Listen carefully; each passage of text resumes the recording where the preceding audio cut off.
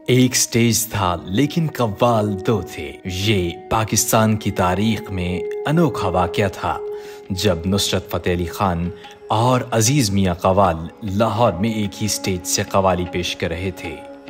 तेज़ बारिश के दौरान अजीज़ मियाँ कव्वाल ने कव्वाली शुरू की तो बारिश भी थम गई।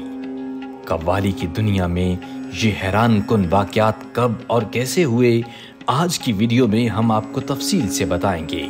वीडियो को आखिर तक देखें। रोजनामा जंग हर साल रमज़ानुल मुबारक के आखिरी अशरे में वजद की रात के नाम से महफिल समा का एहतमाम करता है।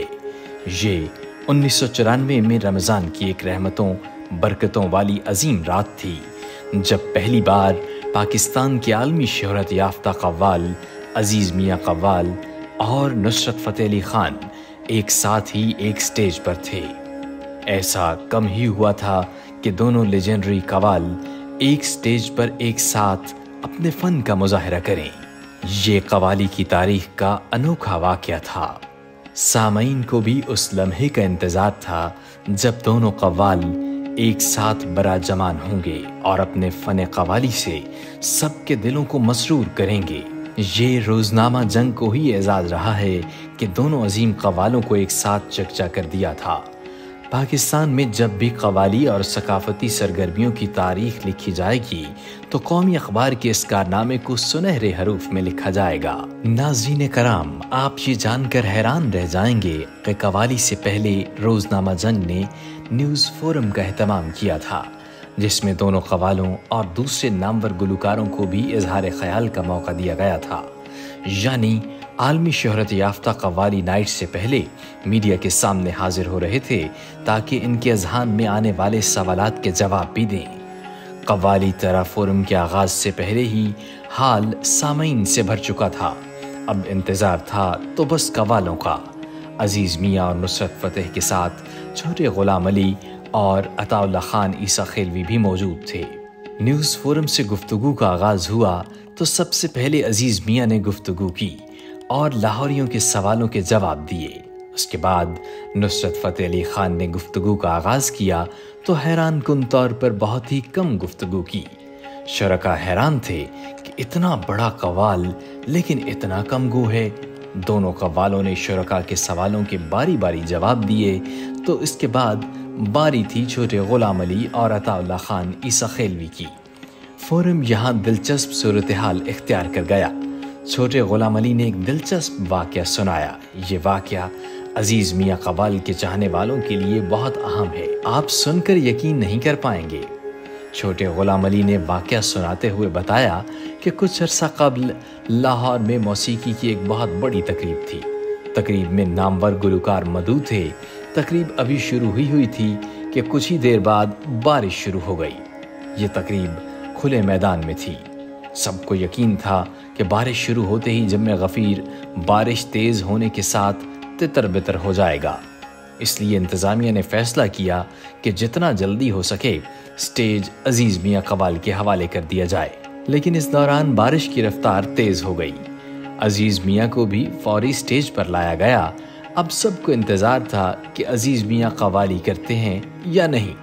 बारिश ने कव्वाली का लुत्फ़ किरकिरा कर दिया था। इंतज़ामिया को भी फ़िक्र खाए जा रही थी कि अजीज़ मियाँ की कव्वाली नहीं हो पाएगी।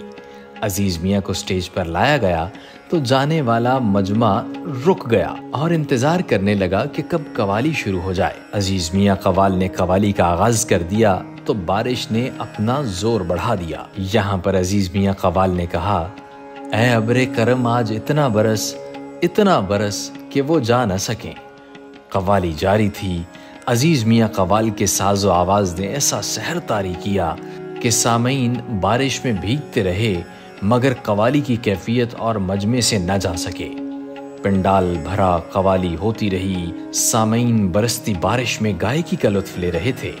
कुछ ही देर बाद बारिश रुक गई और अजीज़ मियाँ की कव्वाली जारी थी कि सामईन बारिश की फ़िक्र से आज़ाद। कुछ देर बाद बारिश रुक गई और अजीज़ मियाँ कव्वाल की कव्वाली जारी थी। सामईन बारिश की फ़िक्र से आज़ाद कव्वाली में मस्त थे। महफिल का ये मंजर इंतहाई दिलफरेब था जो कव्वाल और सामईन दोनों पर कैफ था। چھوٹے غلام علی نے جنگ نیوز فورم میں جب یہ واقعہ سنایا تو سب اشش کر اٹھے۔ روزنامہ جنگ کا فورم ختم ہوا تو کچھ ہی دیر کا وقفہ ہوا۔ اس کے بعد دونوں قوالوں نے اپنے فن کا مظاہرہ کرنا تھا۔ پورا لاہور انتظار میں تھا کہ وقت کے سب سے بڑے قوال ایک ساتھ سٹیج پر آئیں گے اور قوالی پیش کریں گے۔ سسک سسک کر وقت گزر ہی گیا اور وہ وقت آ ہی گیا جب دونوں قوال سٹیج پر براجمان تھے۔ یہ حیران کن منظر لاہور کی تاریخ میں پہلی بار پیش آیا تھا۔ دونوں قوالوں کے فین اور سامعین بڑی تعداد میں ہال میں پہنچ چکے تھے۔ ہال میں مزید گنجائش نہیں تھی، اب صرف قوالوں کا انتظار تھا۔ دونوں قوال ہال میں داخل ہوئے تو تالیوں سے ہال گونج اٹھا۔ قوال بھی زیر لب مسکراہٹ سجائے اپنے سامعین کی بے لوث محبت کا برابر جواب دے رہے تھے۔ دونوں قوالوں نے ایک ہی سٹیج سے قوالی پیش کی۔ دونوں لیجنڈری قوالوں نے اپنے اپنے انداز سے قوالی پیش کی۔ حاضرین کے خوب دل گرمائے۔ اس محفل میں زندہ دلانے لاہور کا جذبہ دیدنی تھا۔ یہ ایک ایسی یادگار محفل تھی جو قوال اور شائقین کو تا حیات یاد رہی۔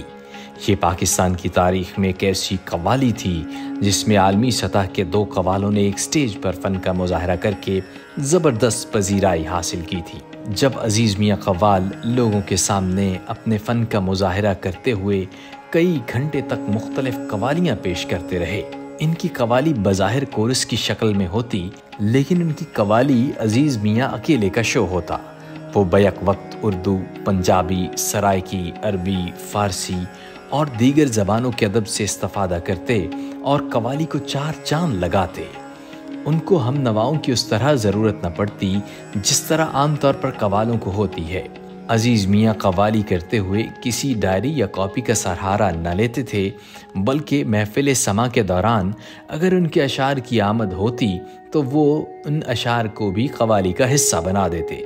ان کی مشہور قوالیوں میں تیری صورت نگاہوں میں پھرتی رہے، نبی نبی یا نبی نبی، آدمی ہے بے نظیر، ہائے کمبخت تو نے پی ہی نہیں، میں شرابی شرابی، اللہ ہی جانے کون بشر ہے، کسی کی آخری ہچکی کسی کی دل کی لگی ہوگی، وغیرہ شامل ہیں۔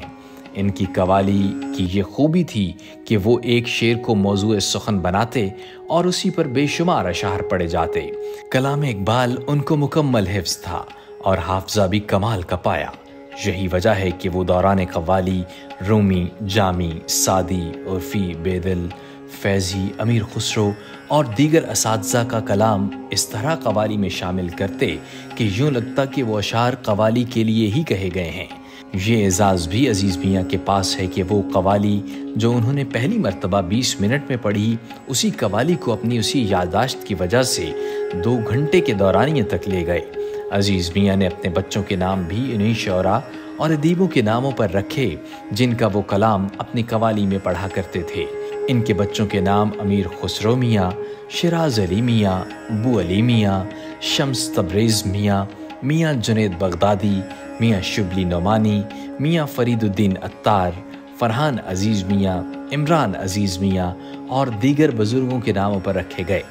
اپنے خاص اور جوشیلے انداز میں جب وہ محفل سما میں پرفارم کرتے تو سننے والے ان پر ہزاروں روپے کے نوٹ نچھاور کرتے۔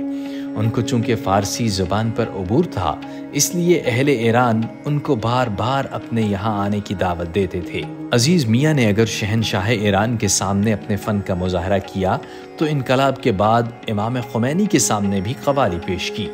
عزیز میاں فن قوالی کا ایک ایسا نام ہے جس کا کوئی مد مقابل نہ تو ان کی زندگی میں آیا اور نہ ہی ان کی موت کے بعد ان کا خلا کسی نے پر کیا۔ ان کے بیٹے اگرچہ انہی کے انداز میں قوالی کرتے ہیں، لیکن جو بات عزیز میاں کی تھی وہ ان میں کہاں۔ ملک کے نامور قوال عزیز میاں کو ان کی وصیت کے مطابق ملتان کے نوبہار نہر کنارے ایک قبرستان میں دفن کیا گیا۔ انہوں نے ملتان میں دفن ہونے کی خواہش اس لیے کی کہ عزیز میاں قوال کو اپنے پیر و مرشد حضرت بابا صوفی ناظر حسین چشتی نظامی قلندری المعروف طوطاں والی سرکار سے بے حد عقیدت تھی۔ وہ یہ کہا کرتے تھے کہ اگرچہ قوالی سے میرا روزگار وابستہ ہے، لیکن خوشی اس بات کی ہے کہ اس فن کے ذریعے عبادت بھی کر رہا ہوں۔